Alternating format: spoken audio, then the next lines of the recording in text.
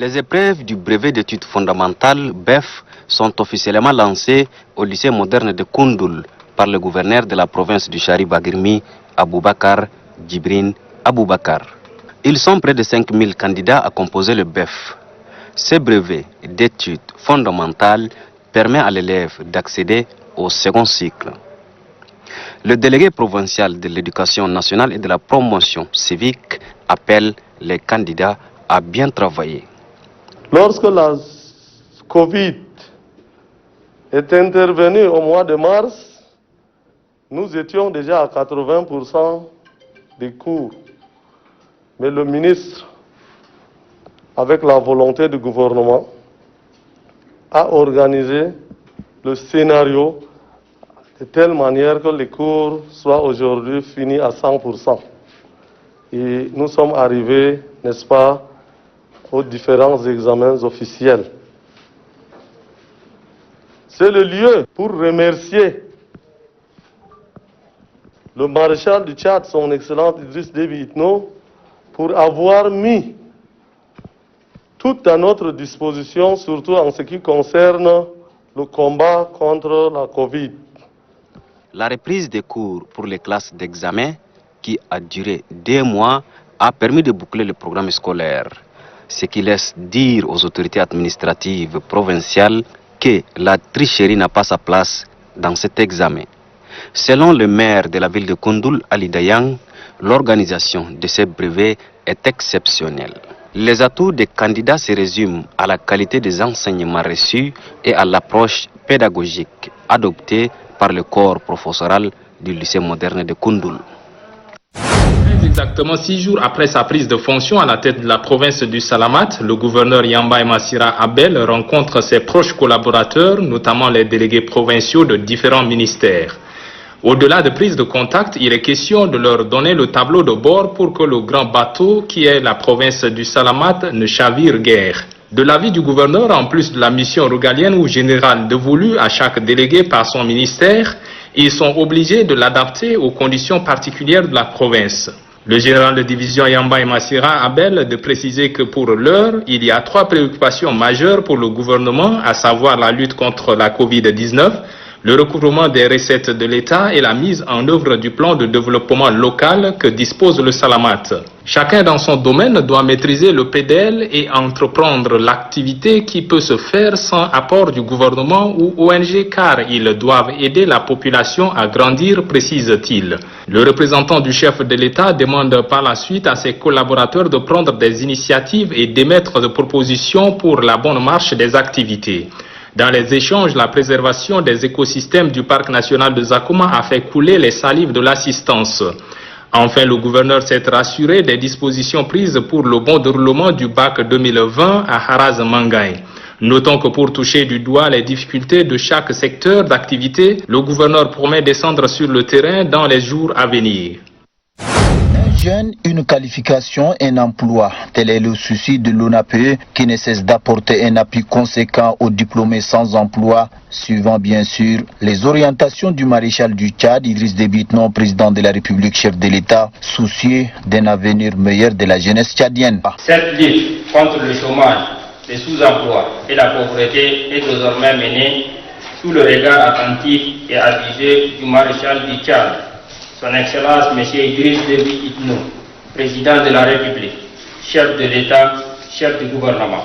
Il me plaît de rappeler que ce programme est national et impliquera toute entreprise exerçant sur le territoire. Lançant officiellement le programme d'appui aux diplômés sans expérience dans sa province, le gouverneur du Logone occidental relève que ce lancement constitue un sursaut remarquable de recherche et de solutions idoines aux maux dont souffre la jeunesse estudiantine tchadienne. Je tiens à saluer hautement ce programme qui nous honore à plus d'égards. C'est le lieu de témoigner au gouvernement, à travers l'ONAPE, notre profonde gratitude, ainsi que de vous promettre notre engagement sans faille à œuvrer aux côtés des partenaires pour la pleine réussite de ce programme.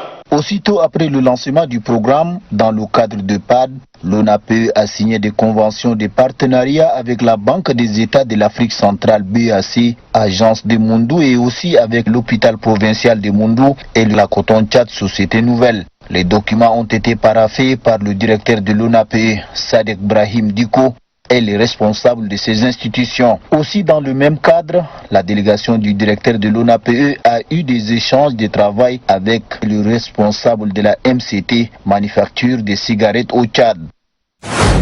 Cette rencontre, c'est d'abord une prise de conscience avec les forces de défense et de sécurité. J'ai passé le mot d'ordre pour dire que la sécurité elle est importante, on doit être vigilant sur toute l'étendue de notre région.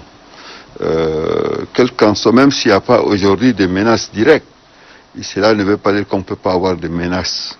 Les menaces sont là, les trafiquants sont là, les trafiquants d'armes, les trafiquants de drogue, les faussaires de monnaie. Et j'ai demandé aux forces de défense et de sécurité d'être solidaires, d'être ensemble. La sécurité, ça nous regarde tous, ça nous concerne tous. Ce n'est pas une affaire de militaires, ce n'est pas une affaire de gendarmes, ce n'est pas une affaire de police, c'est une affaire de toutes les forces de défense et de sécurité. Et je demande à ceux qui sont responsables de la sécurité de la région, ils sont responsables de la sécurité des personnes et des biens. Des ménages vulnérables secourus par des vivres dans le département du Guéra. Cette assistance alimentaire aux couches sociales affectées par l'impact socio-économique du Covid-19 est une réponse du gouvernement et le programme alimentaire mondial. Le directeur général de l'ONG Moustakbal, Abdoulaye Beyin, signale l'enregistrement de 12 429 ménages, dont 6 250 ménages bénéficiaires dans l'ensemble de la commune de Mongo. Cette opération dont vous lancerez officiellement aujourd'hui est mise en œuvre par le partenaire Moustakbal pour le département du Guéra. Les départements de Mangalmé, Abtiou et Barsiaka sont couverts réciproquement par les partenaires ATPV et ADD, tous les ONG nationales. Selon le plan stratégique du PAM, en appui au gouvernement tchadien, d'atteindre l'objectif fin zéro d'ici 2030 et met l'accent sur les efforts menés dans le contexte couplé aide humanitaire et développement, paix afin de donner des solutions durables aux problèmes de la faim. Une aide qui soulage beaucoup de familles, surtout en cette période de saison pluvieuse. Cette opération de distribution de 1340 tonnes de vivres à 6205 ménages vulnérables, initiée conjointement par le Bureau du Programme alimentaire mondial et l'ONG Moustakbal, vient à point nommé, car elle rentre en droite ligne dans le cadre de la politique du maréchal Idriss Déby Itno, président de la République, chef de l'État, qui fournit des efforts considérables en matière d'amélioration des conditions de vie des populations du pays en général et celles de la province en particulier. Les bénéficiaires ont exprimé leur profonde gratitude pour ces gestes et remercient le gouvernement pour ses soutiens. Tout a commencé par un sketch du groupe du comédien ou humoriste Abana Balamsia qui a fait comprendre au public les mauvaises perceptions de certains bénéficiaires et l'utilisation ou orientation inadéquate des crédits de l'ONAPE. Intervient Abdoulaye Fadoul, un ancien promoteur qui a témoigné avoir employé aujourd'hui 7 jeunes permanents dans son atelier de couture grâce au crédit de l'ONAPE.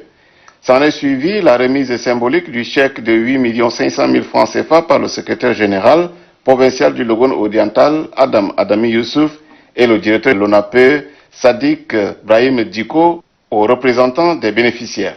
Représentant les 5 nouveaux bénéficiaires des crédits de l'ONAPE de 2020, Alasra Amin a, au nom de ses collègues, remercié les hautes autorités à différents niveaux pour leur engagement à aider les jeunes. Le directeur de l'ONAPE, Sadik Brahim Diko, se dit heureux de remettre ces chèques aux 5 promoteurs du Logone oriental. J'ai saisi cette occasion pour rendre particulièrement un hommage mérité au maréchal du Tchad, son Excellence M. Idriss Déby Itno, président de la République, chef de l'État, chef du gouvernement. dont la vision est de booster l'entrepreneuriat des jeunes. Adami Youssouf, secrétaire général du Logone oriental, a remercié le maréchal du Tchad, Idriss Déby Itno, pour avoir aidé la jeunesse de sa province à s'auto-employer et ainsi lutter contre le chômage en milieu jeune. Que le maréchal du Tchad, son Excellence M. Idriss Déby Itno, président de la République, chef de l'État, chef du gouvernement, accorde une attention particulière à la lutte contre le chômage de la jeunesse tchadienne en général et des jeunes de la province du Logone oriental en particulier. Le secrétaire général de la province du Logone oriental, tout comme le directeur de l'APE, invite les jeunes à respecter leur engagement et rembourser dans les délais afin de faire bénéficier les autres.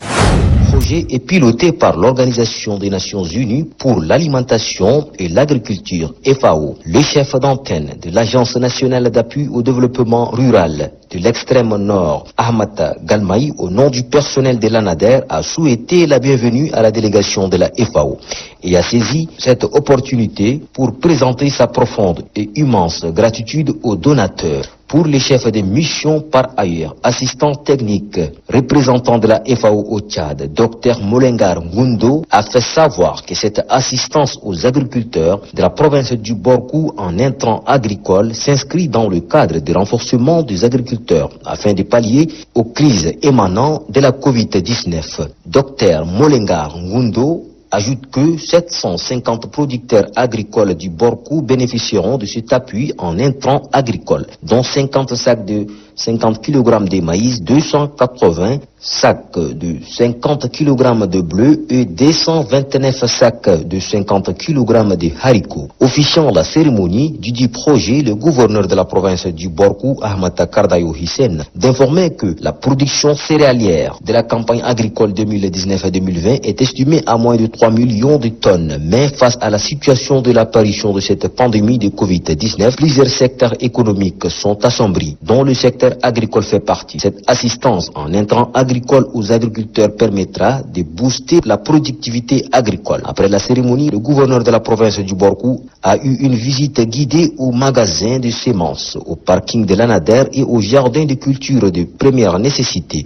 d'où les remerciements et doléances des agriculteurs ont été listés et qui se régit autour du manque d'opérationnalisation de tracteurs qui au début étaient 8 mais à présent un seul parmi est fonctionnel. Et cette insuffisance de tracteurs ne permettra pas aux agriculteurs une extension des parcelles. Permettre aux femmes du groupement Sangonoudi de mieux maîtriser les techniques de fabrication de boules de savon afin d'assurer leur autonomisation et de contribuer à la lutte contre la Covid-19. Tels sont les objectifs assignés à cette formation initiée par le projet d'appui aux moyens de subsistance des femmes du village Gamassara dans la province du Chari-Bagirmi. À l'issue de cette formation, vous devrez mettre ces connaissances que vous allez acquérir en pratique afin que chacun puisse produire du savon, comme on l'a dit, et de le vendre afin d'avoir quelque chose pour subvenir aux besoins de son ménage, aux besoins des enfants. Nous voulons également, par cette occasion, inviter tout le monde à observer les gestes barrières, car le seul moyen le plus efficace aujourd'hui pour éviter le coronavirus, c'est le lavage régulier des mains, qui est le beaucoup plus considéré, le lavage régulier des mains à l'eau et au savon. Et nous avons cette possibilité d'avoir ce savon à partir d'aujourd'hui, puisque nous allons apprendre à le produire nous-mêmes. Voilà le plus important. Le président du groupement Sangonoudi, Ndiadodou Al-Haj, par ailleurs chef de village Gamassara, se réjouit de cette action du dit projet qui, au-delà de l'appui aux femmes, contribue au développement sanitaire et socio-économique de sa localité. C'est le lieu pour lui d'adresser ses remerciements à l'ambassade de France au Tchad, partenaire financier du projet d'appui aux moyens de subsistance des femmes du village Gamassara.